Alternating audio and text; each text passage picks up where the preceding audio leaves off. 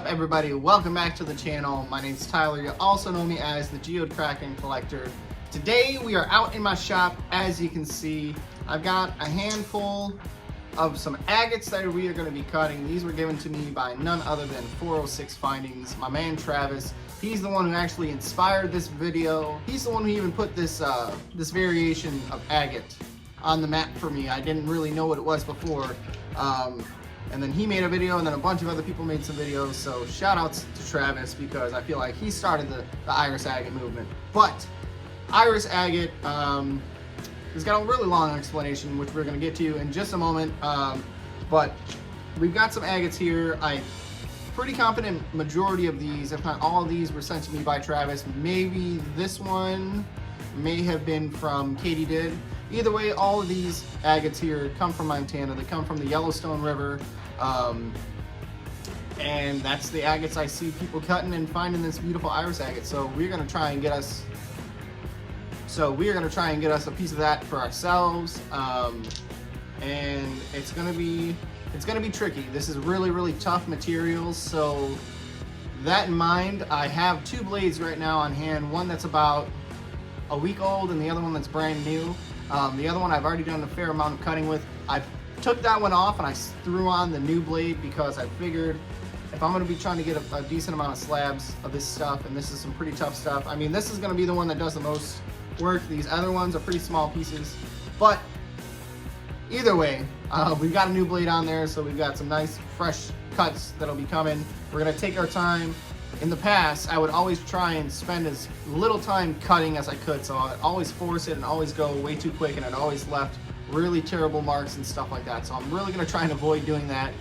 Before then, I didn't really know about the time-lapse feature. I never really tried it. So now I know of the joys of time-lapse, and we can see everything, but it will speed it up better than my editing app will do. So we're going to have some time-lapse going on today because we're really going to try our best to get some really nice cuts on this stuff. So give me a second. We're going to get over to the saw and over to the workbench. I'm going to show you guys some actual iris agate, not any that I have. I'm going to put some pictures on the screen. I wish I had some. We're going to get some. And then I'm going to explain to you guys what it is and how it even happens. But we're going to head over there right now. All right, here we are at the trusty workbench. We are going to get started, and we're going to get a closer look at those agates here in just a second. First things first, I want to show you guys a picture of what an iris agate really is. So that's going to be up on the screen right now for you guys.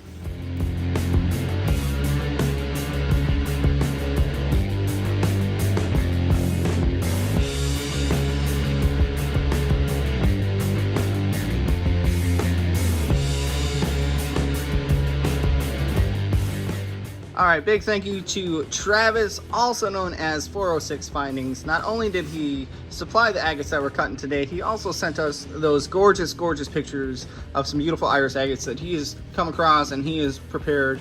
So an iris agate can get to be a little confusing, so I'm just going to give you the watered down, super simple, easy to understand explanation of what they are. Now, if you want to look for your own iris agates, you're going to need the equipment to do it, and you're going to need a nice clear agate like the ones we've got here. So that being said, for an iris agate to be visible, that slice needs to be just a few millimeters thick. I believe it's under 5 millimeters. I don't fully remember, but I know it's pretty down there, about the thickness of a nickel.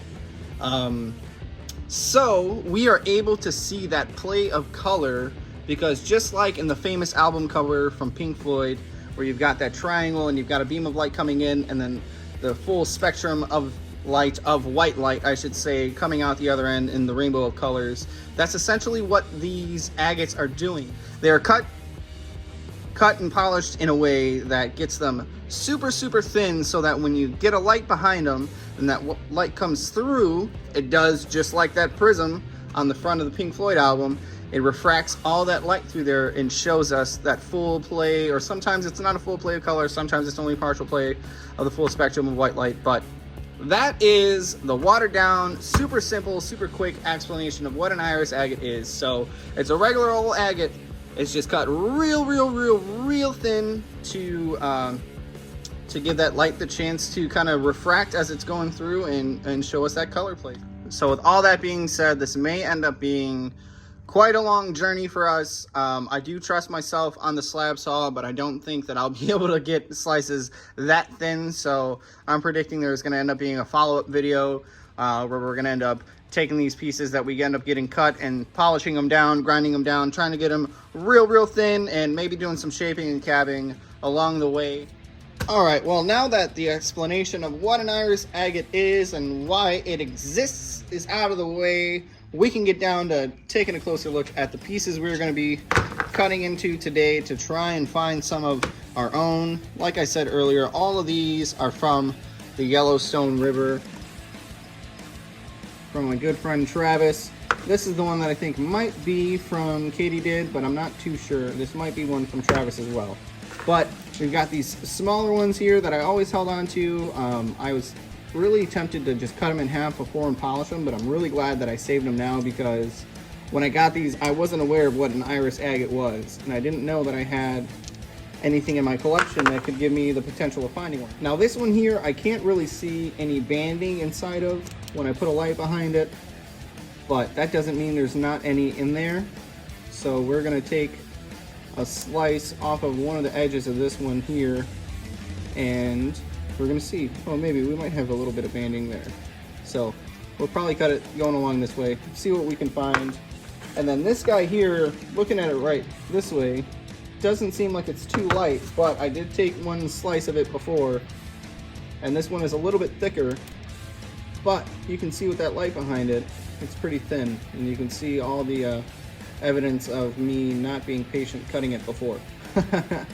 So that's why we're going to take our time. We're definitely going to utilize that time-lapse feature today, and we're going to try and get some really nice slices. So I'm going to get these moved over, get the camera moved over, and we're going to get right into it, guys. Here we go. All right, and here we are at the trusty, little dirty slab saw. We're getting ready to cut these things open. Once again, as always, shout out to my man Rufus Reared Rockhound. If you guys are not familiar with him, I'm gonna have a link right up there for him. Please go and show him some love. We're trying to help him get his channel up to 1,000 subscribers by the end of the year. We've still got a few months, and he's rapidly growing, guys. We can make it happen. There's lots of us here, so go and show some support. He appreciates it. I appreciate it. The community appreciates it. So be some awesome people. Whoa. Goodness gracious. I didn't even realize I set down that slab and I cracked it. Oh my goodness. Oh boy. Anyways, we are going to flip over to the time lapse here in just a second, and we're going to get cutting on these guys. I think, well, I'm definitely going to save the big guy for last, but I think we're going to go with this guy first. Here we go.